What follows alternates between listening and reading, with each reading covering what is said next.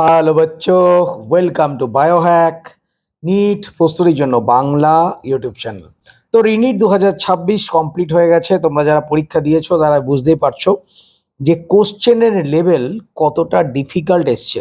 তোমরা বিভিন্ন এডুকেটারের ভিডিও দেখলেও বুঝতে পারবে, যারা এক্সপার্ট রয়েছে তারাও কিন্তু একই কথা বলছে যে পেপারের যে ডিফিকাল্টি লেভেল সেটা 2025-এর কাছাকাছি বা কোনো কোনো ক্ষেত্রে 2025-এর থেকেও কিন্তু বেশি লেভেলের চলে গেছে। তো একটা জিনিস তোমাদের বলছি, দেখো আমি তোমাদের আগেও বলেছিলাম যে যখনই কোনো রি এক্সাম হয় তার পেপার কিন্তু ডিফিকাল্ট হয়, কিন্তু এতটা ডিফিকাল্ট হয়ে যাবে এটা কিন্তু ভাবা যায়নি।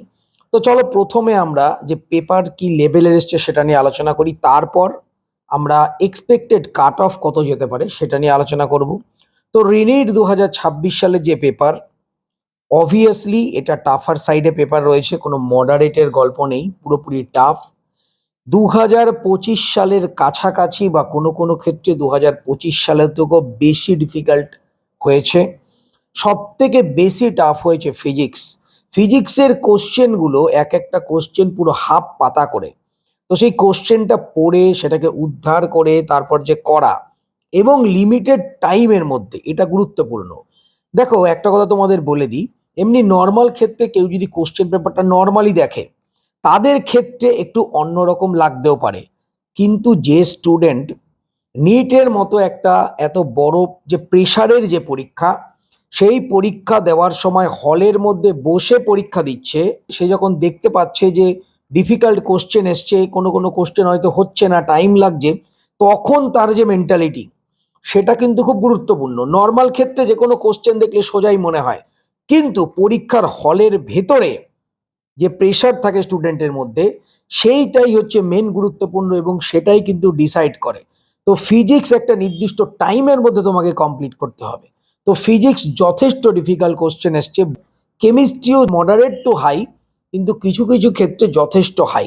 তো ফিজিক্স এবং কেমিস্ট্রি দুটো কিন্তু খুবই টাফ এসছে, এবং বায়োলজিটা 2025-এর তুলনায় বা নিট 2026-এর তুলনায় অনেকটা ইজি বলা যেতে পারে। এর কারণ সিঙ্গেল লাইন যে কোশ্চেন, ছোট ছোট কোশ্চেন, যেটা কোশ্চেনটা দেখা মাত্রই 2 থেকে 3 সেকেন্ডের মধ্যে অ্যান্সার দেওয়া যায়, সেই টাইপের কোশ্চেন বেশ কিছু ছিল। নিট 2026 সালে অ্যাসারশন রিজন কোশ্চেন একটাও ছিল না, কিন্তু রিনিট 2026 সালে অনেকগুলো অ্যাসারশন রিজন কোশ্চেন এসছে।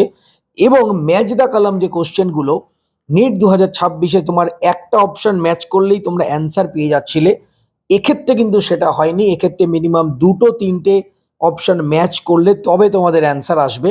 তো এই জায়গাগুলো কিছুটা টাইম কনজিউমিং করে দিয়েছে। ওভারঅল বায়োলজি পেপার সোজা এসছে, ফিজিক্স পেপার যথেষ্ট ডিফিকাল্ট এসছে, অনেক ক্ষেত্রে যেই মেন্সের লেভেলের কোশ্চেন এসছে, এবং কেমিস্ট্রিও যথেষ্ট ডিফিকাল্ট এসছে। তো সব দিক থেকে যদি বিচার করা যায়, নিট 2025 সালে যে এক্সাম হয়েছিল, যেটা আমরা এতদিন ধরে বলে আসছিলাম যে নিটের হিস্ট্রিতে সব থেকে টাফেস্ট, কোনো কোনো ক্ষেত্রে রিনিট 2026-এর পেপারও সব থেকে নিট হিস্ট্রিতে যে টাফেস্ট সেটাও কোনো কোনো ক্ষেত্রে কিন্তু বলা যায়।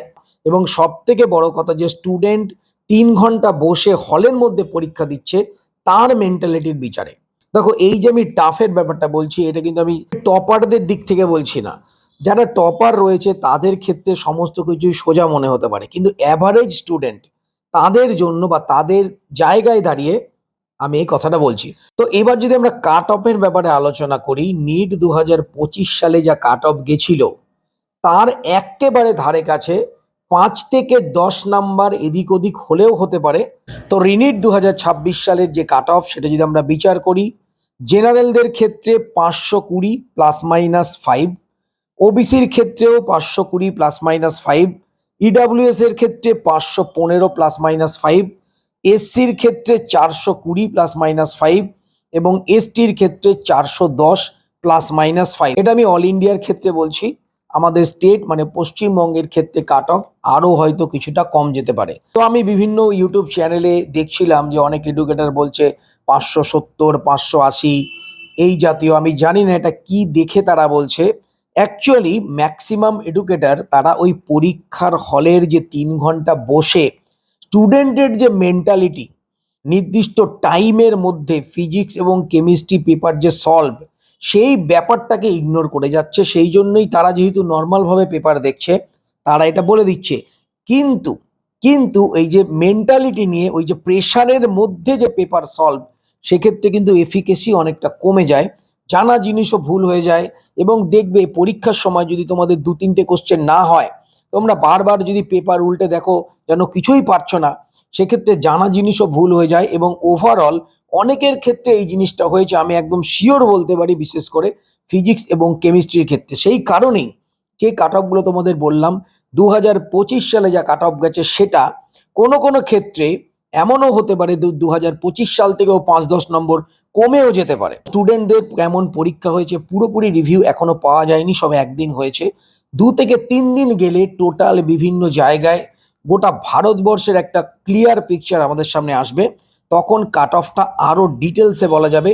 তবে তোমরা জেনে রাখো 2025 সালের যা কাট অফ এসছে, তার একদম ধারে কাছে 5 নাম্বারের এদিক ওদিক এর মধ্যেই কাট অফ থাকবে, একদম 100% শিওর। তোমরা মিলিয়ে নিও।